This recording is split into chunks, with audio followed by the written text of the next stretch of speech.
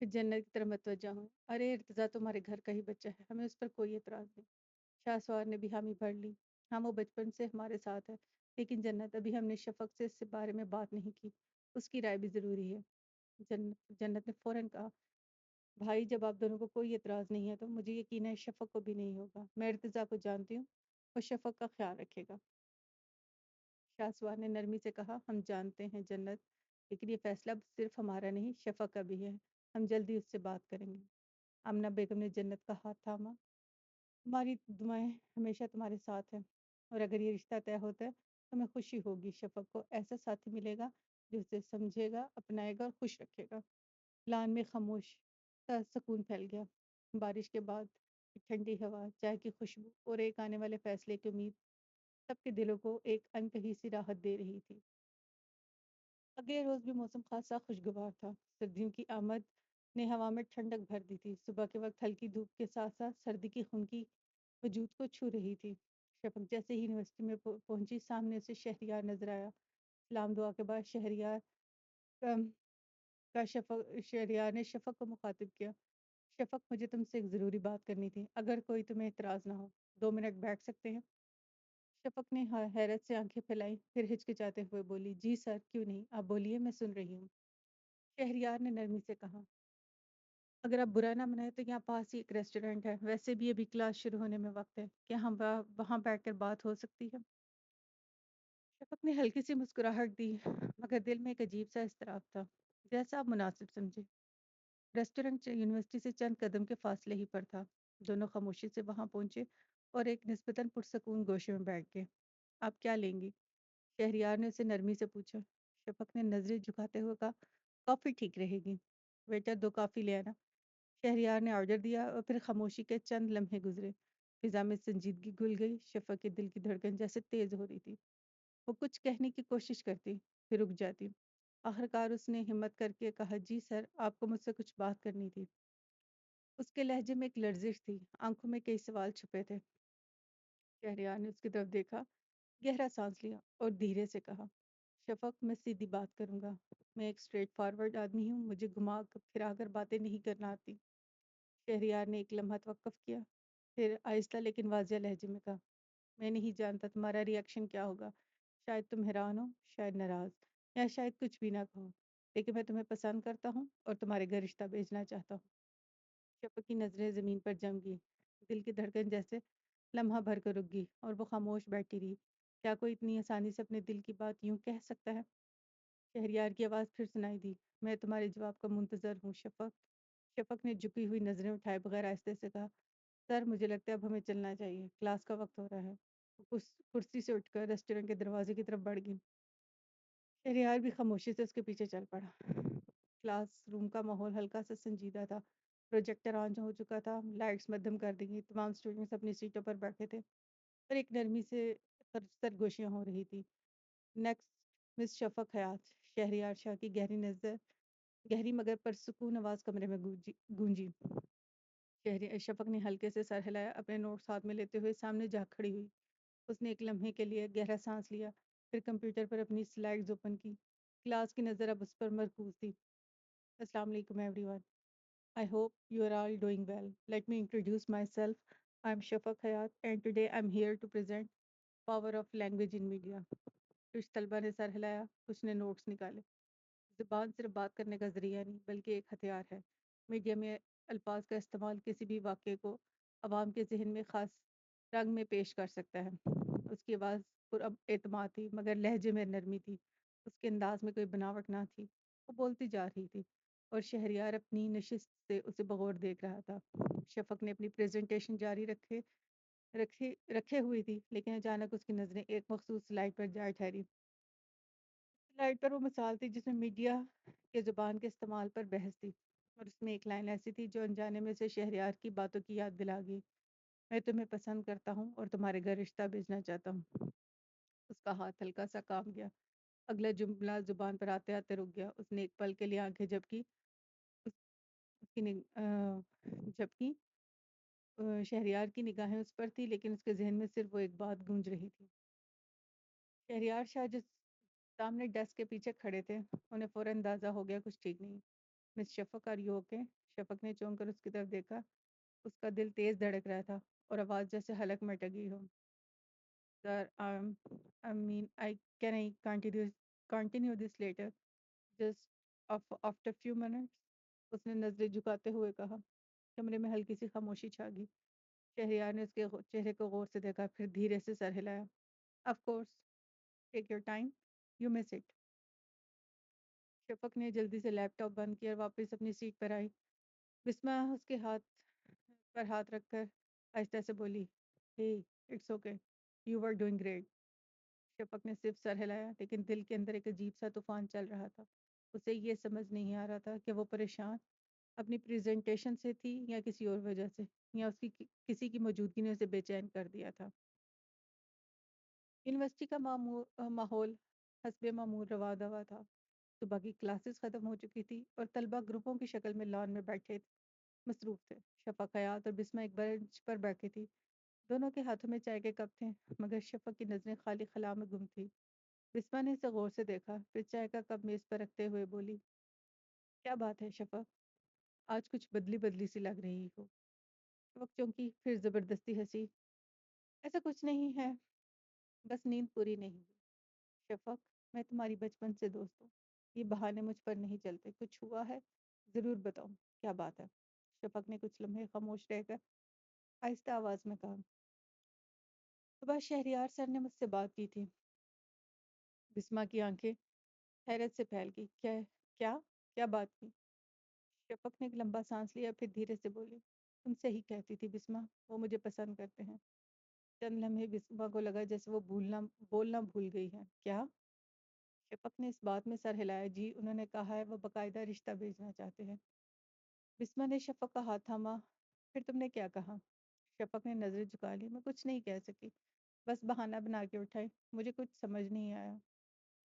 اچھا اور تمہارے دل میں کیا ہے؟ بسمہ نے دھیرے سے کہا. شفق نے کچھ دیر خاموش رہ کر کہا. پتہ نہیں وہ اچھے انسان ہیں سچے لگتے ہیں. میں ان کی طرف مائل ہو جاتی ہوں پتہ نہیں کیوں لیکن ان کی باتیں میرے دل پر بھی اثر کرتی ہیں.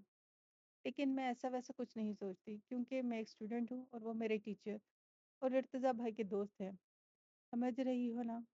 بسمہ نے شفق کے کندھے پر ہاتھ رکھا. ہاں سمجھ رہی ہوں لیکن زندگی میں کچھ رشتے ایسے ہوتے ہیں جو مقام سے نہیں نیت سے بنتے ہیں. اگر وہ تمہیں عزت سے اپنانا چاہتے ہیں تو کیا برا ہے. اتنے میں شفق کے موبائل پر ارتضیٰ بھائی کی کال آ گئی. لگتا ہے ارتضیٰ بھائی مجھے لینے آ گئے. بعد میں بات ہوگی. بائے. اس نے فون اٹھایا بیگ کندھے پر ڈالا اور باہر تیزی سے چلی گئی. شام کا وقت تھا. حال میں ہلکی سی روشنی پھیلی ہوئی تھی. شہریار شاہ کچھ دیر چپ چاپ بیٹھا رہا جیسے دل میں اس کے چہرے پر ہلکی الجھن اور سنجیدگی واضح تھی. کچن سے چائے کی خوشبو آ رہی تھی اور ساتھ ہی مسرت بیگم جائے نماز پر بیٹھی دعا میں مصروف تھی. پرویز شاہ ایک کونے میں صوفے پر بیٹھے کتاب پڑھ رہے تھے. شہریار نے ایک لمحے کے لیے خود کو سنبھالا. گہرا سانس لیا پھر دھیرے سے کہا. بابا مجھے آپ دونوں سے ایک ضروری بات کرنی ہے. مسرت بیگم نے دعا ختم کی آنکھیں کھولی اور نرمی سے کہا. پرویز شاہ نے بھی دلچسپی سے کتاب بند کی اور بولے. ہاں بیٹا بولو کیا بات ہے. شہریار نے چند لمحے چپ رہ کر نظریں جھکا لی اور پھر آہستہ میں بولا. بابا مجھے ایک لڑکی پسند ہے اور میں چاہتا ہوں آپ دونوں اس کے گھر میرا رشتہ لے کر جائیں. کمرے میں ایک لمحے کو خاموشی چھا گئی. پرویز شاہ ہلکا سا ابرو چڑھایا اور حیرت سے پوچھا.